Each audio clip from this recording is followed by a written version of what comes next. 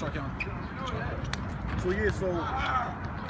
and I had a personal awakening I'm 34, like 9 years ago when I was 25, came out of the streets. With 3 times felon, 2.5 years in prison, so from 15 to 25. High school dropout, all that shit. That turned my personal life around and self-transformed to the real estate industry. And became very, very successful, multi-millionaire, you know, crazy real estate portfolio. I'm a real estate expert for NBC's Today Show, author, hip hop to homeowners, Jay Morrison, Jay Mr. Real Estate. So, World Star and all that? Yeah, oh, yes. Oh, correct. I did a campaign with Jeezy for my academy, the Jay Morrison Academy, where we teach real estate. The two dudes from Neiman Marcus from New Orleans. Right. Oh, yeah. My man. Yeah. Damn, I'm here with the guy. That's what's up, man. I'm that guy. You feel me? No, I remember. Right. So I started waking up personally, and then just recently, the last 18 months, 2 years, building with Sis. When I was protesting down for Alpha Wright in Henfield, Texas, I got introduced to my I guess, conscious awakening, or political awakening, or social awakening for a community. I already understood my economic situation, which is why I changed mine, right? So anyway, in YMC, all we're doing is just being the glue and solving those 3 issues we talked about: political oppression, economic exploitation, and social degradation. So if you're politically oppressed, that means you have to be politically empowered. If you're economically exploited, that means you have to be economically stimulated. If you're socially degraded, that means you have to be socially elevated and honored and admired, loved. You understand? So if black people, through media or oppressive government and everything else, and ourselves, and our music and everything else, we degrade ourselves. We degrade our women, degrade ourselves. We just have it's a negative outlook, right? So in order to combat the social side, we gotta just bring the positivity. What's up, King? Don't it feel better? What's up, my nigga? Right? Little things will help raise our morale and help elevate us and honor us. So when I see brothers, so all that helps. Then in regards to our economic exploitation, all we gotta do is stimulate our own economy. We're the poorest in America, the poorest nation or community in America, blacks, statistically. And we have the lowest family wealth. And it's been like that since the time we've been here. But we spend the most money. So 2 things have to happen. One, we got to be more financially responsible with our money and buy more assets than liabilities. You know what I'm saying? More houses, more land, more businesses.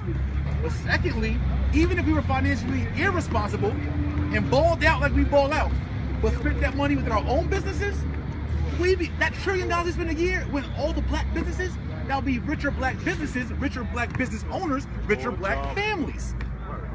That you could pass down those businesses to the next generation. Family wealth is how the majority got rich. They created their family wealth off our enslavement for 300 years, while we couldn't read and write for 300 years, we couldn't own land for 300 years, we couldn't own business for 300 years. And then had another 100 years of Jim Crow, where it was still we really couldn't do it. Whereas a few, right? And still, even today, it's still challenges. So we just answer the problem. Once you solve a problem, there's no more problem. So we have to bring that model to our people. And then politically, we have to be empowered or have power. In order for us to unify as black people, we have to unify around something. You can't say unify black people, okay, around what? Where? What? Uni means one. You have to be one. So in order to bring people together, they have to identify with something. One thing that we all can agree on. You may be Muslim, I may be Christian. You may be Blood, you may be Crip. You may be NAACP, you may be Black Panther. You may be whatever, you from Baltimore, you from Jersey, don't make a difference. See, everything divides us. A dude last night in the club dapped me up, right? And was like, yo, I'm the dude in Jersey. He talking shit, we drunk, you know what I'm saying? He's telling me about that. I said, bro, we this though. We this though. Before you Jersey, before you Baltimore, before you Muslim, before you Christian, you this. You black first.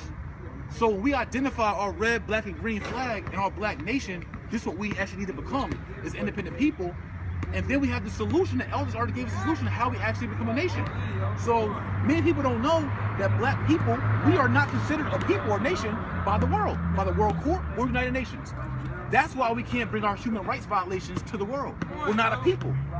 We're on the same guidelines as far as the world view as the LGBT community, lesbian, gay, transgender, whatever. There's a people that have issues and they talk about it, but they can't go to the World Court because they're not a nation. We can't go to the World Court. We're not a nation. But there's a path to nationhood. All we have to do is declare our independence, say, hey, you know what?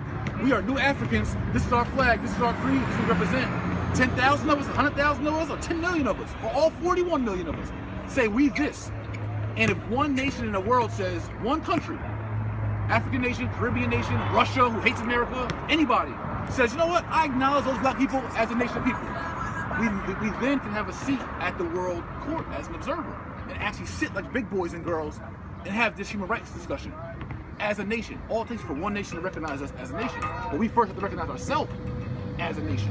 So that will solve our political oppression, is by us unifying around our nation, going to World Court, getting our restitution, getting the reconciliation that's due, reparations that's due, sovereignty that's due, and land that's due. We can get it. We have to identify ourselves as a people first, get someone that acknowledges us as a people, and then go to World Court. We're going to win. We have the best case in the world.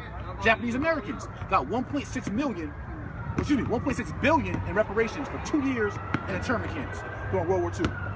America paid them 1.6 billion. Yeah.